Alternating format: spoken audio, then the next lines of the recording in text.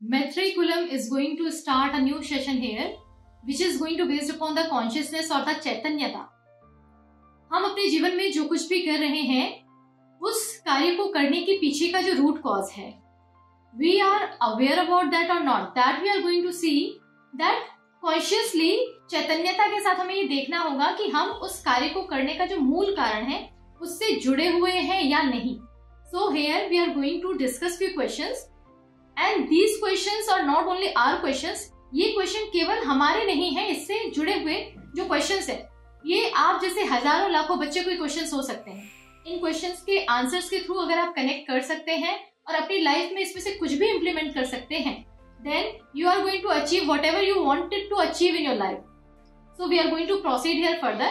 Here we are having Prerna Avasthi and she is going to ask all the questions whatever you all are having in your life and in what kind of situations you are going to face upon.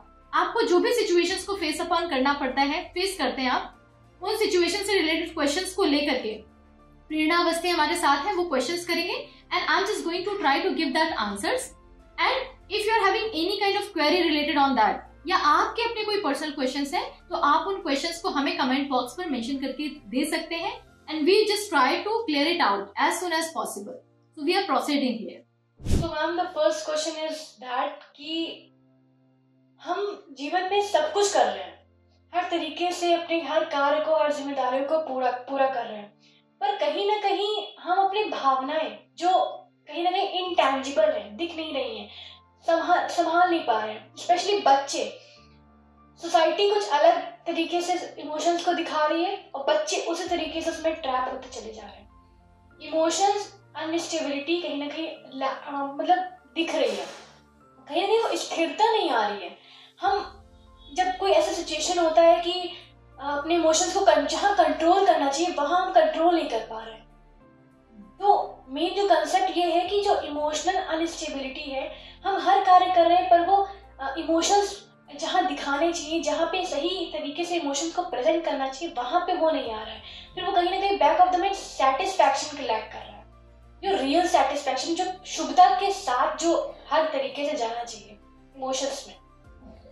देखिए, emotions is all about कि आपके पास जो भी भावनाएं आती हैं वो कहीं ना कहीं आपके अपने विचारों के द्वारा आ रही है। आपके क्या विचार हैं, ठीक है, और आपके विचारों का निर्माण हो रहा है आपकी इंद्रियों के द्वारा। Whatever senses you are having ना, वॉट एवर डेटा और information you are going to collect on daily basis, that is going to become that part कि जिससे आपकी आगे की चीजें डिसाइडेड होती हैं। So we must have concern on our senses. आपको सबसे पहले ये देखना होगा कि आप जब जनरली बात करते हैं that we are having the 5 senses here, इन 5 सेंसेस में आपको मोस्ट इंपॉर्टेंटली आपकी आईज, ईयर, ठीक है ना, आप अगर इसका मेन कंसर्न रखें, सबसे पहली चीज कि आप देख क्या रहे हैं, ठीक है, आप क्या चीजें देख रहे हैं, that is going to form you. वो केवल देखना नहीं है, that is the food of your eye, whatever you are seeing. जैसे आप खाना खाते हैं वो आपके पूरे शरीर का भोजन है, आपको उससे ऊर्जा मिल रही है, वैसे आप जो देख रहे हैं वो आपकी आंखों का भोजन है। तो आपको ये बहुत क्लैरिफाई करते हुए चलना है कि आप जो भी देखें वो आपके जीवन के लिए शुभ है या नहीं। It means you must be knowing, आप कुछ भी जब कर रहे हैं तो वहां पर एक अपने पास एक क्वेश्चन रेज करिए कि आप जो कुछ भी देखने जा रहे हैं वो आपको पॉजिटिविटी देगा या वो कहीं ना कहीं आपको पीछे की ओर खींचता है या नीचे की ओर गिराता है, ठीक है। उसी तरीके से आप जो कुछ भी सुन रहे हैं, आपका जो सुनना है वो केवल एक साधारण सुनना नहीं है, ये वो सुनना है जो आपको तैयार कर रहा है। आपका पूरा पर्सनैलिटी, आपके पूरे व्यक्तित्व का निर्माण वहां से हो रहा है, क्योंकि जो शब्द है, आप जैसे शब्दों को ग्रहण कर रहे हैं वो कहीं ना कहीं आपके विचारों में परिवर्तित होंगे, ठीक है, और वही विचार आपके कहीं ना कहीं कार्यों में आएंगे और वही कार्य आपके आदत बनेंगे, आपके हैबिट्स बनेंगे और वही आदतें आपका व्यवहार बन जाएंगी और वही व्यवहार आपका व्यक्तित्व है। तो कहीं ना कहीं एक छोटा सा स्टेप अगर हम थोड़ा सा भी ध्यान दे दें कि हम सुन क्या रहे हैं, हम देख क्या रहे हैं, क्या सच में ये सुनना जरूरी है, क्या सच में ये देखना जरूरी है, क्या सच में ये खाना जरूरी है, that is about the taste, है ना। तो हम केवल इतनी सी टंग के लिए मतलब अपने पूरे डाइजेस्टिव सिस्टम को, अपनी पूरी बॉडी को इम्पैक्ट कर ले जाते हैं, लेकिन हम केवल इस टेस्ट को कंट्रोल नहीं कर पाते। That is all about the taste buds which are present here on your tongue. तो क्या हम अपनी इस जीभ के स्वाद को कंट्रोल नहीं कर सकते? क्या हम इस पर इतना ध्यान नहीं दे सकते जब हमें पता है कि हमारा खाने वाली हर जो चीज है वो हमारी पूरी बॉडी को इम्पैक्ट करेगी। And body is the key. आपकी बॉडी ही वो मीडियम है जिससे आपको अपनी लाइफ में हर चीज करनी है। That is not only about the emotions, emotions is the part of that ना। अगर आपके पास ये बॉडी है तभी आपकी सारी चीजें हो रही है ना। तो आप ये समझिए, आपने अगर अपने सही तरीके से भोजन नहीं लिया है या उस अन्न को ग्रहण नहीं किया जिसमें वो पौष्टिकता है, तो वो कहीं ना कहीं आपके सेलुलर लेवल पर, आपके सेल्स के लेवल तक आपकी चीजें डिस्टर्ब कर रहा है। And that is going to create such chemicals और द हार्मोन्स जो आपको कहीं ना कहीं इनडायरेक्टली एक नेगेटिव वे पर ले जाएंगे। तो वो भी आपके इमोशंस फॉर्मेशन में इन्वॉल्व हो रहे हैं। डिटेल्ड एक्सप्रेशन हम बाद में देखेंगे इसको कि कैसे चीजें हो रही हैं आपकी, किस तरीके से एक गलत चीज आपकी किस तरीके से केमिकल फॉर्मुलेशन कर रही है आपकी बॉडी में, फिर वो हार्मोनल चेंजेस हो रहे हैं और वैसे ही आपका एक मेंटल थॉट प्रोसेस बनता जाता है। तो that is all about your senses कि आप वहां पर बड़ी क्लैरिटी रखें, आप क्या देख रहे हैं, क्या सुन रहे हैं, क्या खा रहे हैं, क्या टच कर रहे हैं, whatever you are doing, और क्या आप सूंघ रहे हैं, इस पर भी आपको ध्यान देना है। और सूंघने में भी आपको इस चीज का ख्याल रखना है। जैसे हम यहाँ पर जब हम आपके नॉस्ट्रल की बात करें, आपकी नोज एक सेंस है, ठीक है, तो यहाँ पर आपकी ब्रीदिंग आती है। क्या आप अपने श्वास का नियंत्रण करते हैं या नहीं? क्या आप अपनी सांसों को देखना भी जानते हैं या नहीं? अब जैसे सांसों को देखने का अर्थ क्या है कि आप इस चीज को महसूस कर पाते हैं कि आपने एक इनहेलेशन लिया और एक एक्सहेलेशन किया, तो आपको क्या उसकी इंपॉर्टेंस पता भी है या नहीं?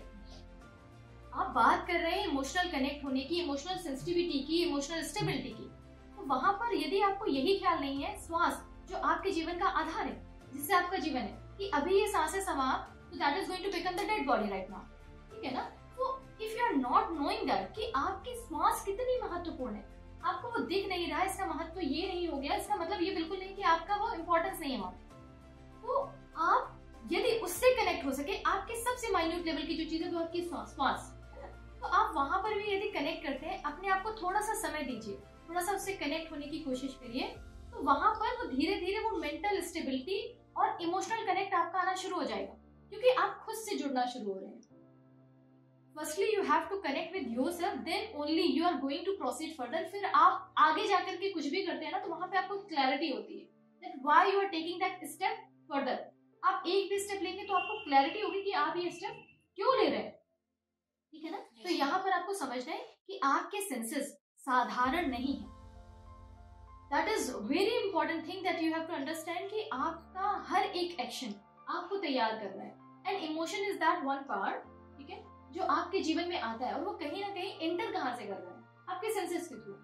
और सेंसेस आपके कहाँ से गाइडेंस ले रहे हैं, आपके मन के थ्रू, योर माइंड, ठीक है। तो आपके माइंड का प्योर होना बड़ा जरूरी है। अगर आपके माइंड में वो थॉट प्रोसेस ही प्रॉपर नहीं है, तो आपकी आंखें चाह कर भी सही नहीं देख पाएंगी, क्योंकि तुम्हारा मन बार बार कह रहा है कि नहीं नहीं कोई बात नहीं, थोड़ी देर ही तो देखना है, देख लेते हैं, अरे थोड़ी देर ही तो सुनना है, गलत सुन लेते हैं, कोई दिक्कत नहीं, कर लेंगे, कोई दिक्कत थोड़ी ना है, अरे थोड़ी देर की तो बात है। लेकिन ये इतनी देर में ही बहुत कुछ हो जाता है। सो उसको हमें देखना है कि हम कैसे उस पर काम करें। अपने मन को पवित्र रखने का सबसे बढ़िया तरीका ये है कि आप थोड़ा सा जीवन में साधना लाइए, तपस्या लाइए। साधना लाने का अर्थ क्या है कि आप स्वयं से जुड़ने का प्रयास करिए, स्वयं के साथ थोड़ा समय निकालिए, अपनी ही चीजों को थोड़ा एनालाइज करिए, अपनी कमियों को देखिए, अपनी खूबियों को देखिए, उस पर काम करिए, कैसे आप उस पर काम कर सकते हैं। चीजों से भागो मत, चीजों से भागोगे तो कभी भी लाइफ में कुछ भी अटेन नहीं होगा। चीजों का सामना करना सीखो। चीजों से सामना करने में जब आओगे ना, तो तुम उस पर ऊर्जा के साथ काम करोगे, और एक समय के बाद तुम देखोगे कि तुम कहाँ से कहाँ पहुंच चुके हो। तुम उस पर बहुत अलग लेवल से चीजें कर पाओगे, और वो इमोशनल स्टेबिलिटी उसका एक पार्ट है, and that is you are going to attain.